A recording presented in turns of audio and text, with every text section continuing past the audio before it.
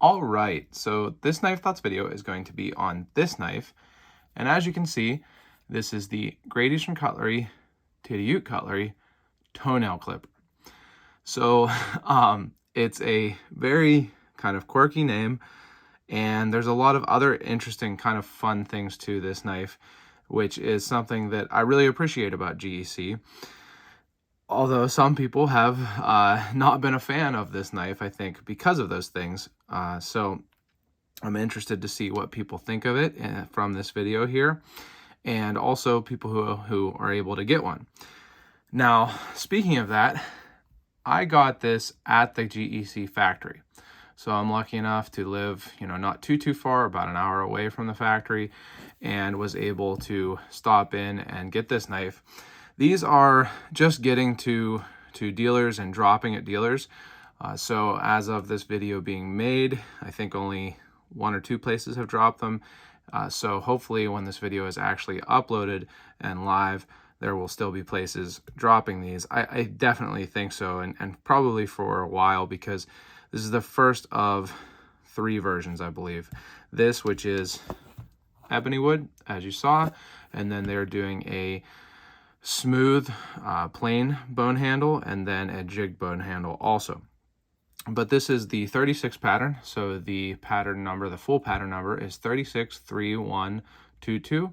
So 36 for the pattern itself. 3 tells you that it has a sheet foot main blade. The 1 tells you that it has a single blade, and then made in the year 2022.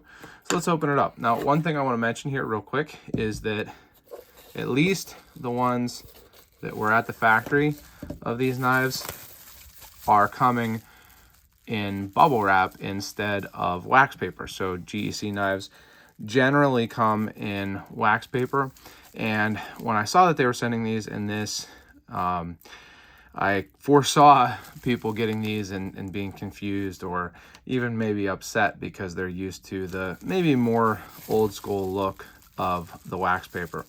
I did ask Joe and May at the factory if they were moving away from the wax paper, and she said no.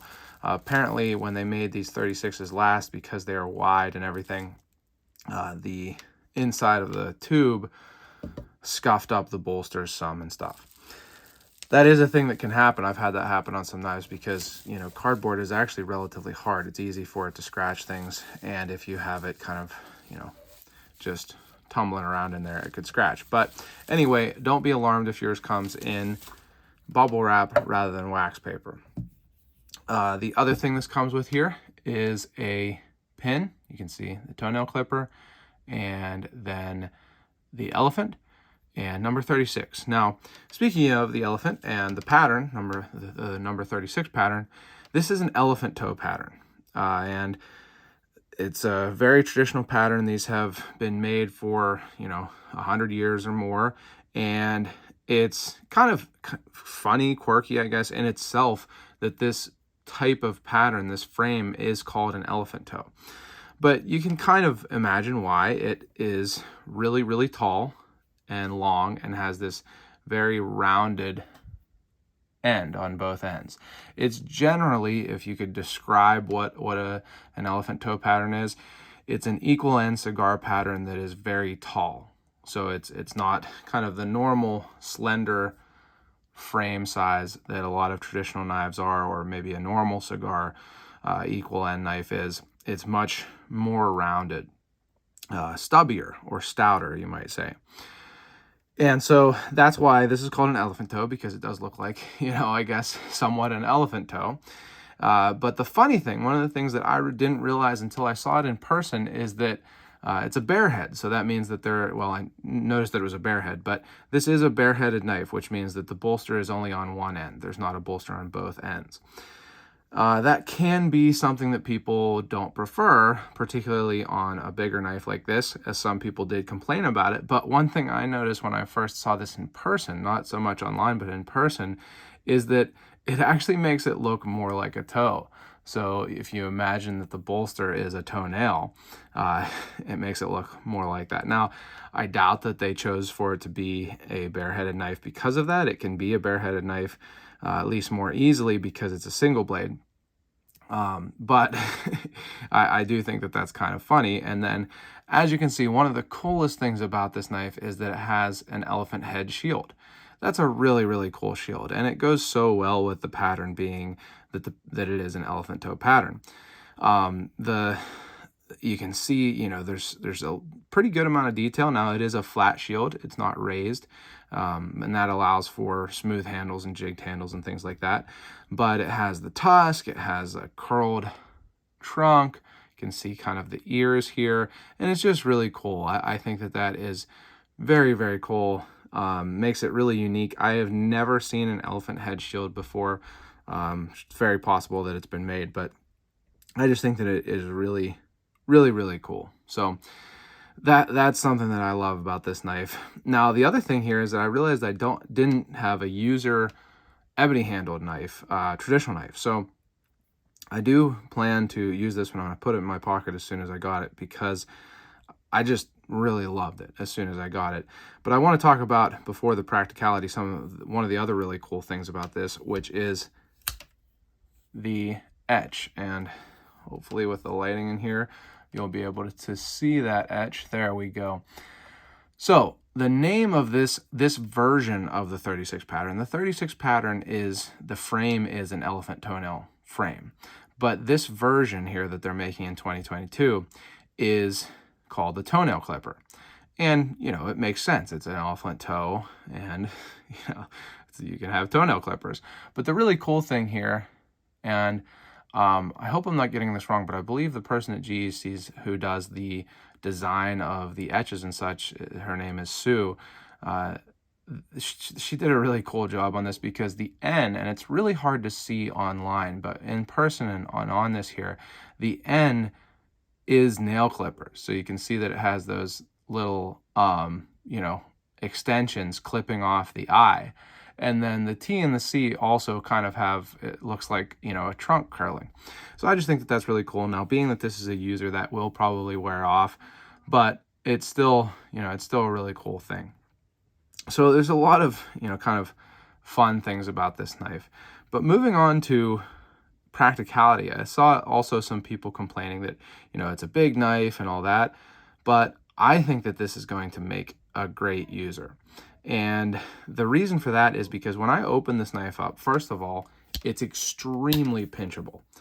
So, you know, this is a sheepfoot blade, and it sits well above the handle. It's easy, and it's going to be easy even if you have gloves on. I don't wear gloves much, but even if you did have gloves on, it'd be really easy to open that up with a pinch grip. Of course, you can use the nail nick also, but it's very easy to open with a pinch grip, and the pull is pretty strong, but I like that. I think that it's good for the size. It's probably like a 6 or 7, maybe 7, about a 7. So it's relatively strong pull, but it's really easy to open with that pinch grip. It has a half stop.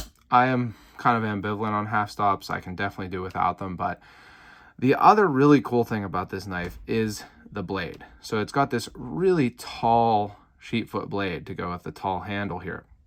And what that does for the knife is that it allows it to be really thinly ground. I don't know how well this will focus, but if you look here at the heel, at the ricasso, this thing is ground to cut. I will tell you what, it looks great. I mean, I haven't actually cut anything with this knife yet. I got it Wednesday. This is Friday. I just didn't get a chance to use it, but it looks like it is going to cut like a laser. So very, very thinly ground and looks great. I don't do measurements and stuff. It's not really what my videos are about.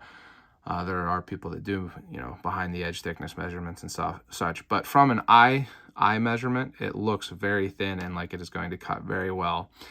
And speaking of that, speaking of the blade shape, this thing sits super deep in the frame of the knife. I love it. If you watch my channel, you know that I have bad luck with and hate blade proud tips and blade wrap. This has neither.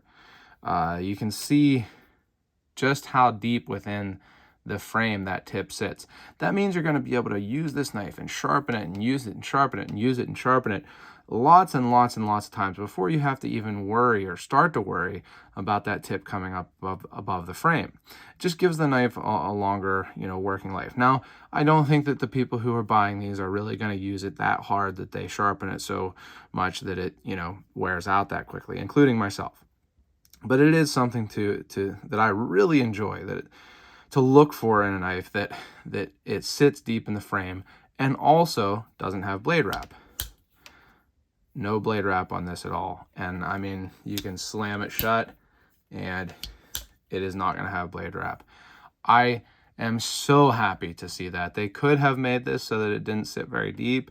And like some other, sheepfoot knives recently, the 49s or 94s, I guess, 94s, whichever of the two. But it does sit deeply in the frame and it doesn't have blade wrap. And I love it. I really, really do. But it's also super ergonomic in the hand. This thing feels great in my hand. I mean, really, really fits my hand well. It's like the perfect tallness for my fingers to get a really solid grip on this. I really think that, again, I don't think that very many people who buy this knife are going to use it super hard, but I think that you could. I think that you could do serious cutting with this, and it will be a lot more comfortable than a lot of other traditional knives. So I do think that that's a value, especially being that I plan to use this. Now, I am going to try to get the other versions also, just because I think that this is going to be a classic, a hit for the ages for GEC. But I do plan to use this version. The other thing is that I really, really like that they went with a single blade on this, because for the practicality of it. So a single blade is much more comfortable to use. It's much more comfortable to hold. And so I'm going to give you some size comparisons to some other really big GEC knives, and these also demonstrate that. So I love this knife. This is a 45 lumberjack. And this is a 2-blade version. They did make a single blade version of this also, but this one is relatively comfortable because this secondary just kind of fits in the hand pretty well. But I did have to, round off this a little bit so that it didn't stick right into your finger there. And it just makes it so that, it's a little bit less comfortable because you're holding on to that blade. But I'll show you, put this next to the 36. So you can see the size there. And then another example is the 46 pattern, which is the Whaler. And this, you're really not going to use this secondary. First of all, these are super hard to get open because they have very strong pulls, 9 or 10. And also because they're 2-bladed, I try not to scratch them, particularly this one that's not a user, very much a collection piece. But look how far this blade sticks up. I mean, you could use it in a pinch grip, but it's just not super practical to have this huge, huge main blade and then, try to use a secondary. So I will show you the size of the Whaler next to the 36. You can see the 36 is very similar in length to the 46 and the 45 patterns, but it is a little bit less tall even. The 45 and 46 have the hump at the spring pin, and they also are not equal ends. So, on the 45, the pivot end is smaller. On the 46, the main blade pivot end is bigger.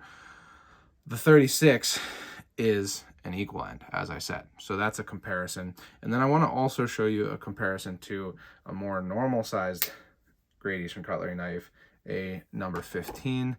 Let me just put these away and grab the 15. This is the classic Great Eastern Cutlery TC Charlie Companion number 15, and you can see that it is dwarfed by the 36. I think that these are both fine sized knives to carry. I have carried bigger knives than each of them and smaller knives than each of them. So for me, it's not too big of a knife, the 36. But I know for some people it probably is. But I just wanted to show a size comparison between the two. You can see that it's a pretty big difference. But overall, I am just really, really happy with this knife. I'm really glad that I went to the factory to get it, because for a long time, a lot of people had trouble getting knives on the drops, Gradius Cutlery knives on dealer drops, and I didn't have too much trouble. I was able to get them. But recently, within the past 3-ish months, 4 months, maybe even longer, I've been missing them a lot and more. I've missed the first 2 drops of these 36s, and I missed all of the drops of the 77s. So it's lucky that I'm able to go to the factory. I know not everyone can, but like I said, there should be a good number of drops still coming when this video goes live. And if, you know, it makes sense for you financially and it's something that interests you at all, I recommend it. I really like this knife. I'm really happy that I got it. Now, this knife cost, after taxes, about $150 from the factory, and that seems to be what dealers are pricing them at also. They are, you know, $146, $149, or $150, so pretty much in the same price range that I paid, and I'm happy with the purchase. I think that this is a really, really cool piece of traditional but unique cutlery, and I'm happy to have gotten it. Happy that, you know, Joan May, who, you know, who sold this to me, was helpful, and I got to check them out. I did check a couple out, and neither, I think I checked 3 out. None of them had issues. I just liked the coloring. This one was nice and dark, basically. So highly recommend trying to get one of these if you can. I know that the drops can be really frustrating, believe me, but if you're able to, you know, I'm glad I got this one, and I'm going to try to get the other versions too. So this is the Gradius Cutlery Titty number 36 toenail clipper in ebony wood. If you've enjoyed this video, make sure you give it a thumbs up. You can also click the bell and select all so that you know when I post new videos. I will hopefully have videos on the upcoming Bayou Trapper, I believe is what it's called. A new pattern from Gradius Cutlery that's coming up, as well as lots of other videos. And also check out my social media. I'm on Instagram and Facebook at Knife Thoughts, and my website, knifethoughts.com, where I post articles on knives like this and knife-related topics. And last but not least, as always, don't forget to go out and do good.